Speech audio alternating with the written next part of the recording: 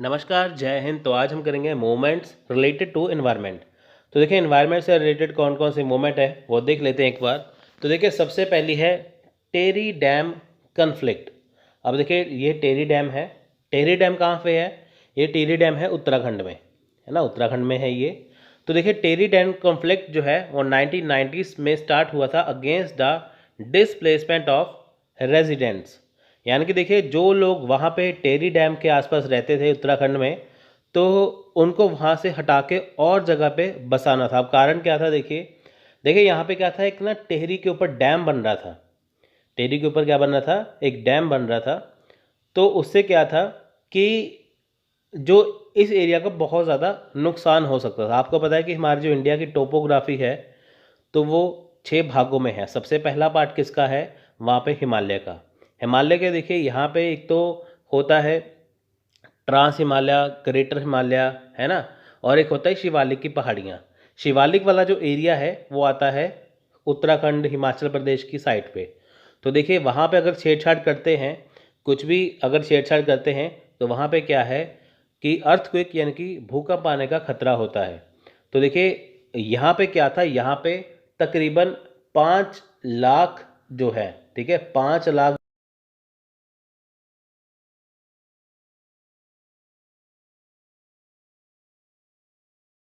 जाता तो 5 लाख जो लोगों की जान जा सकती थी। तो देखिए यहाँ पे सबसे पहले क्या है कि जो सॉइल है यानी कि जो मिट्टी है वो उपजाऊ थी यहाँ पे, तो वो भी हटाई जानी थी। जब भी देखिए कोई डैम बनता है तो उपजाऊ मिट्टी हट जाती है ना। अगर किसी वहाँ पे डैम बनता है तो वहाँ पे पेड़ काट दिए जाते हैं, ट्रीज काट दिए जाते हैं। तो गवर्नमेंट कहती है यहाँ पे कि हम जो पेड़ काटेंगे वो हम भरपाई कर देंगे, हम फिर से बना देंगे, फिर से लगा देंगे कहीं पे पेड़, और जो लोगों की जान है वो बचाई जा सकती है। तो जो लोग वहाँ पे रहते हैं टिहरी डैम के आसपास, है ना, टिहरी में जो लोग रहते हैं वहाँ पे डैम बना है, जो लोग वहाँ पे रहते हैं उनको नुकसान ना हो इसलिए जहाँ पे लोग रहते हैं उनका मकान वहाँ से वो छोड़ दें, और गवर्नमेंट उनको कहीं और पे जगह दे देंगे, वो वहाँ पे जाके रह सकते हैं। तो देखिए यहाँ पे लोगों की जान को खतरा है। तो देखिए यहाँ पे लोगों ने अपनी जगह को यानी कि जहाँ पे वो रहते थे उनको छोड़ने के लिए उन्होंने मना कर दिया। तो इसके अगेंस्ट क्या था, उन्होंने मूवमेंट निकाली। यानी कि टिहरी डैम जो बनना था उसकी लोगों की जान को खतरा था। लोगों को कहा गया कि आप कहीं और चले जाइए, तो वो लोग नहीं गए, उन्होंने सरकार के खिलाफ किया था, वहाँ पे उन्होंने मूवमेंट छेड़ दी। तो ये थे टिहरी डैम कॉन्फ्लिक्ट था यहाँ पे। तो देखिए यहाँ पे आपका मैं बहुत डिटेल में नहीं करवाऊंगा, क्योंकि देखिए जितना डिटेल ज़रूरी है मैं आपको उतना करवाऊंगा, क्योंकि एग्ज़ाम में देखिए आपको यही पूछेंगे टेरी डैम कॉन्फ्लिक्ट जो है वो किसके अगेंस्ट था, है ना, डिस्प्लेसमेंट ऑफ रेजिडेंट्स के अगेंस्ट था, या डिस्प्लेसमेंट ऑफ रेजिडेंट्स जो था वो मूवमेंट किसके अगेंस्ट थी? टेहरी डैम के अगेंस्ट थी। तो ऐसे आपको डायरेक्ट पूछेंगे, क्योंकि देखिए आपको ये यूपीएससी लेवल कवर नहीं करना, आपको यूजीसी नेट का कवर करना है जिसमें आपको डायरेक्ट क्वेश्चन पूछेगा। तो आपके लिए इतना ही ज़रूरी है। तो देखिए नर्मदा बचाओ आंदोलन नेक्स्ट है। नर्मदा बचाओ आंदोलन, देखिए नर्मदा बचाओ आंदोलन 90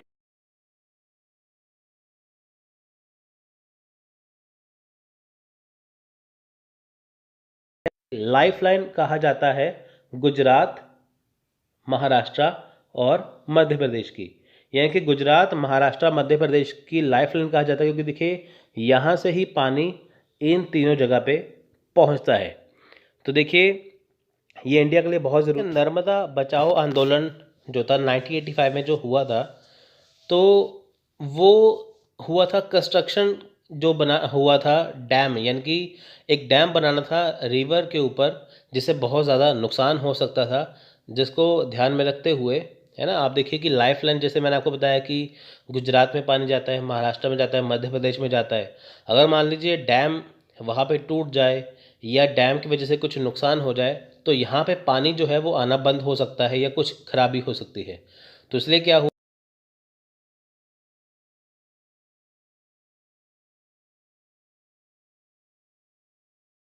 लेके यानी डैम नहीं बनाने के लिए यहाँ पे कहा गया। सो नेक्स्ट मूवमेंट है यहाँ पे देखिए एपिको मूवमेंट। एपिको मूवमेंट का मतलब देखिए क्या है? एपिको मूवमेंट देखिए जैसे कि आप देख सकते हैं यहाँ पे कि जो पेड़ काटते थे यानी कि जो ट्रीज को काट देते थे, है ना, उसको बचाने के लिए ये मूवमेंट थी। एपिको मूवमेंट देखिए 1983 में थी। तो in some district of Karnataka against the felling and commercialisation of national forest. अब देखिए ये कर्नाटक के यानी कि पीको मूवमेंट कहाँ पे थी, कर्नाटक में, कर्नाटक के कुछ डिस्ट्रिक्ट में थी, कुछ ज़िले में थी, है ना।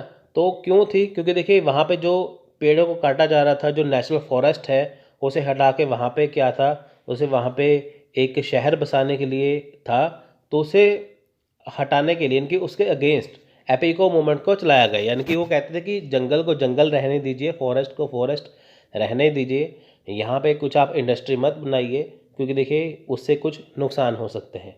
तो आपको ये याद रखना है कि मूवमेंट का नाम क्या है, किसके ऊपर बेस्ड है और कहाँ पे है। एपिको मूवमेंट है, ये 1983 में थी, कर्नाटका में थी और पेड़ों के काटने के अगेंस्ट थी, यानी कि जो नेचुरल फॉरेस्ट है उसे हटाने के अगेंस्ट थी। तो नेक्स्ट है नवदन्या मूवमेंट। अब देखिए नवदन्या मूवमेंट क्या है। सो देखिए ये 1982 में चली थी, to prompt conservation of biodiversity and organic farming. अब देखिए ये प्रमोट यानी कि ये प्रमोट करने के लिए थी, किसे, बायोडाइवर्सिटी को और ऑर्गेनिक फार्मिंग को। ये कहते थे ऑर्गेनिक फार्मिंग आप करिए और बायोडाइवर्सिटी को बचा के रखिए, तो उसके अगेंस्ट थी, उसे प्रमोट करना था। सो देखिए ये थी नवदन्या मूवमेंट, ये देखिए पूरे इंडिया में चली थी ये मूवमेंट, ये है ना ये वाली। सो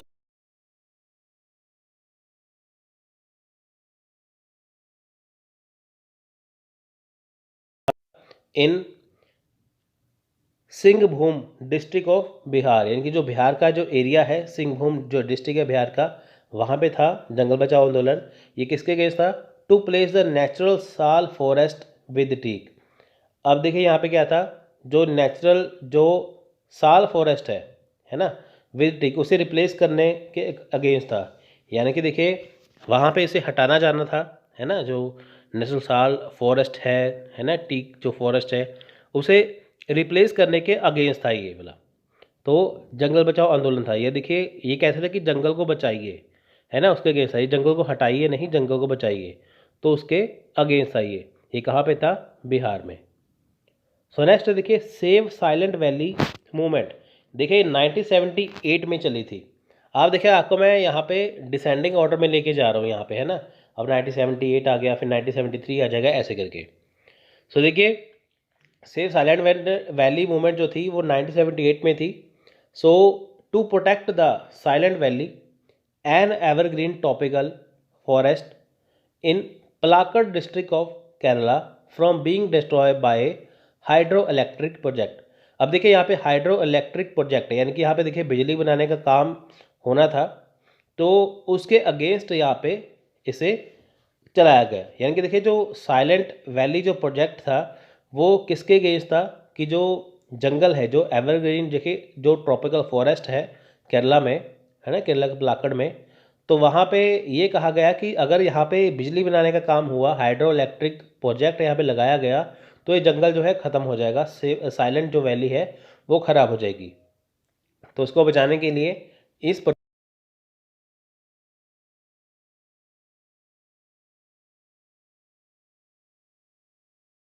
सबसे फेमस जो ये मूवमेंट है ये 1973 में थी, in Chamoli district of Uttarakhand. कहाँ पे थी, उत्तराखंड के चमोली डिस्ट्रिक्ट में।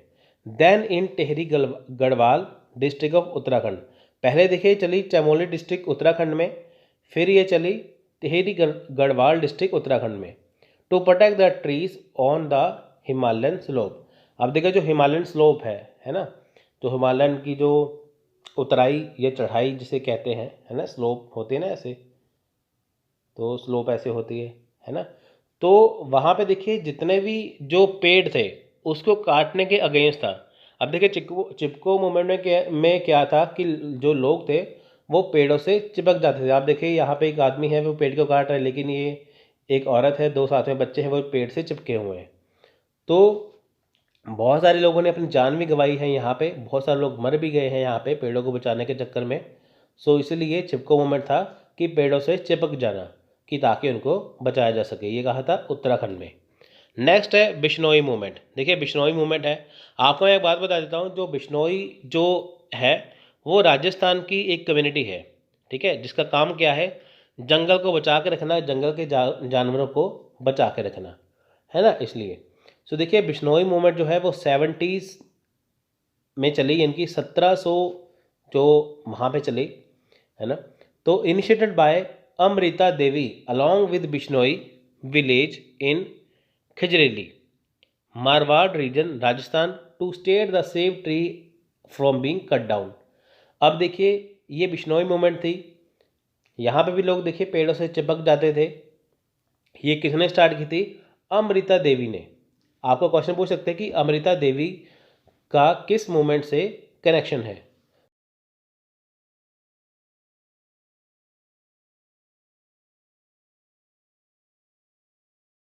राजस्थान में बहुत जगह पे थे ये, तो यहाँ पे चलाई गई, यहाँ पे पेड़ों को काटने से बचाया जाना था, है ना, वो चीज़। तो ये देखिए ये जो मेन मूवमेंट से आपको मैंने बताई है यहाँ पे, यही एग्जाम में आपको आएगी, तो आप उसे अच्छे से करिए। सो नेक्स्ट है हमारा लेजिस्लेशन रिलेटेड टू एनवायरनमेंट, यानी कि देखिए एनवायरनमेंट के अकॉर्डिंग, यानी कि इन्वायरमेंट को बचाने के लिए कौन कौन से कानून बनाए गए। तो देखिए सबसे पहला है, ये भी आपको मैं डिसेंडिंग ऑर्डर में बताऊंगा, यानी कि घटते क्रम में, जिसे हिंदी में कहते हैं। सबसे पहले आपको मैं लेटेस्ट बताऊंगा, उसके बाद फिर आपको धीरे धीरे करते करते नीचे ले जाऊंगा। तो देखिए ई वेस्ट यानी कि मैनेजमेंट एंड हैंडलिंग रूल्स बनाया था 2011 में।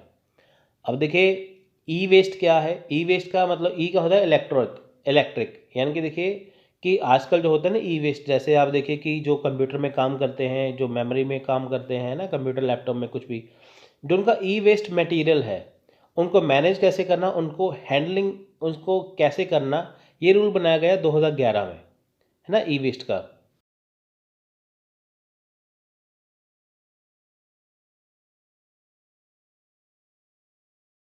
Act, national green tribunal act.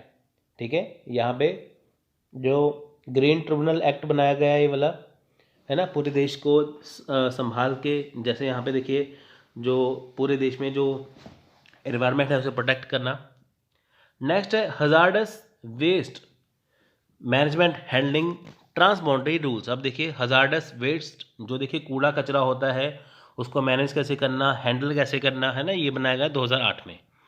फिर है बायोलॉजिकल डाइवर्सिटी एक्ट 2002 में बनाया गया।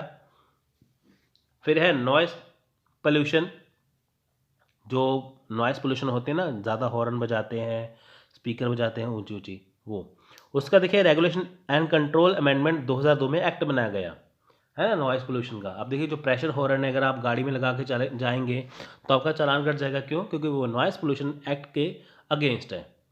सो देखिए आपको ये ऐसे ही याद करना है, ये कौन सा रूल है, कब बना था। डायरेक्ट क्वेश्चन आपको एग्जाम में ये आ सकता है। नेक्स्ट है बैटरीज, यानी कि बैटरीज रूल बनाया गया 2001 में, जिसमें जो बैटरीज है उसको मैनेजमेंट कैसे करना है, से हैंडल कैसे करना है वो। नेक्स्ट है municipal solid waste management and handling rules 2000।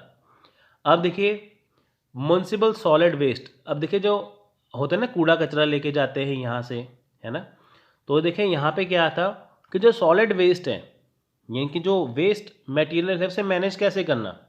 अब देखिए कूड़ा कचरा हम फेंक तो देते हैं, जो म्युनिसिपल कॉरपोरेशन के पास जाता है, तो वो उसे कैसे मैनेज करेंगे। बायोमेडिकल वेस्ट, अब देखिए मैनेजमेंट एंड हैंडलिंग रूल्स 1998 में बना बायोमेडिकल वेस्ट, यानी कि देखिए